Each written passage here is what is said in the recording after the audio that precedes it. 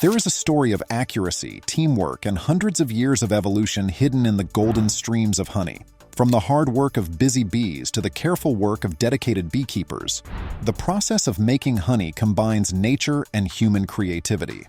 How do bees, flowers, and modern technology work together to make the yellow juice that we all love? Come with us as we learn about the complicated path honey takes from the hive to the jar on your table. Along the way, we'll find out some interesting facts and enjoy some sweet treats. Early people collecting honeycombs from the wild is shown in cave paintings from more than 8,000 years ago. As societies got better, honey became a valuable resource that was prized for its sweetness, ability to keep food fresh, and even as money. The Egyptians, who were known for being creative, raised the rank of honey. Around 2400 BCE, they learned how to keep bees and used round clay boxes to house them. In Egyptian society, honey was very important. It was given to the gods, buried with the pharaohs, and used in cooking and medicine. The Greeks and Romans did the same thing. They ate honey and talked about it in legend, even calling it the food of the gods. When we get to the 19th century, collecting honey was done in a more fair and efficient way. The creation of wooden frames that could be taken off changed the way beekeeping was done and saved bees while honey was being collected. Honey is still a common food around the world, loved for its unique tastes and health benefits. The bees that make honey live in hives, which are carefully organized groups of bees that can take care of themselves. This busy community is more than just a bunch of bugs. It's a work of nature's engineering at its finest. Every bee has its own job to do. The queen bee is the hive's brain and can lay up to 2,000 eggs every day. Her main job is to reproduce so that the group can stay alive. Queens can live up to 5 years, which is a lot longer than worker queens. Worker bees are the hidden stars of the hive. They do everything from feeding the larvae to collecting nectar and keeping the colony safe. I find it amazing that these females make up 90% of the hive's population. Drones, which are male bees, only have one job: to mate with the queen. They are often kicked out of the group once their job is done because they no longer help it stay alive. Worker bees only live for 6 weeks during the busy honey-making season, but they do amazing things in that time. They might go more than 5 miles a day and stop at 50 to 100 flowers on each trip. In its whole life, a single bee only makes a tiny bit more than a teaspoon of honey, but the work of thousands of bees makes the honey we enjoy. Know what I mean? Bees talk to each other through sounds, smells, and the famous waggle dance, which shows them exactly where to find flowers with lots of juice.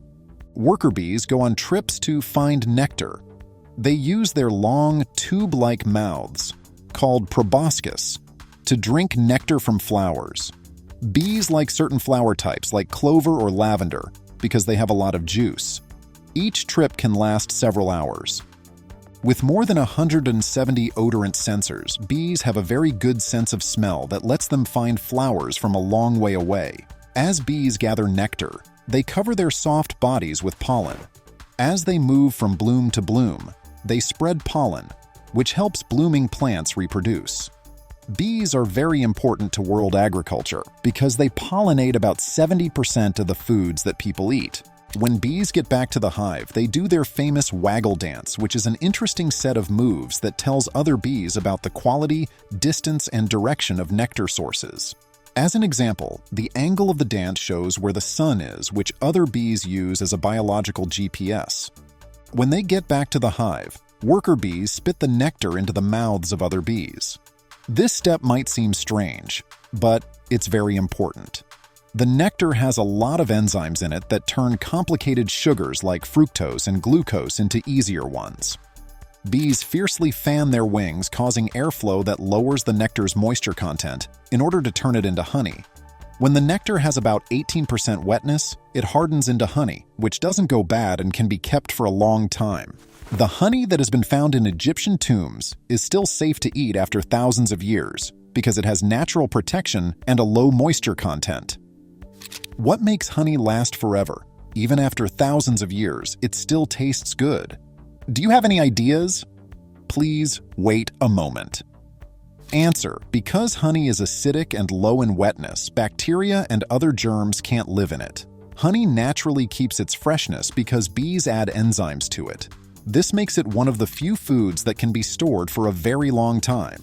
When the honey is the right volume, the bees put a wax cap on top of each honeycomb cell to keep the honey inside. This wax forms a natural shield that keeps the honey from getting contaminated and keeps it fresh for months or even years.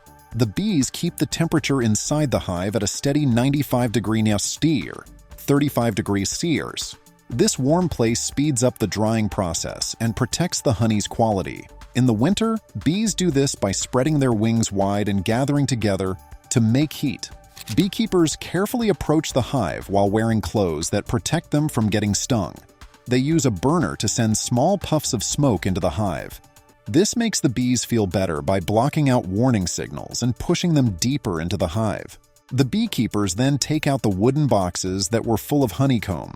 If you take care of your hive, it can make up to 60 pounds of extra honey every year. It's interesting that bees make more honey than they need, which is why people can collect it without taking food away from the hive.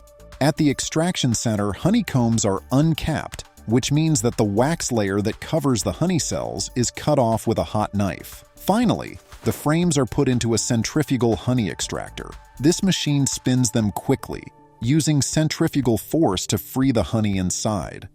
Fine holes are used to filter the honey to get rid of any impurities, like wax chunks or bee parts.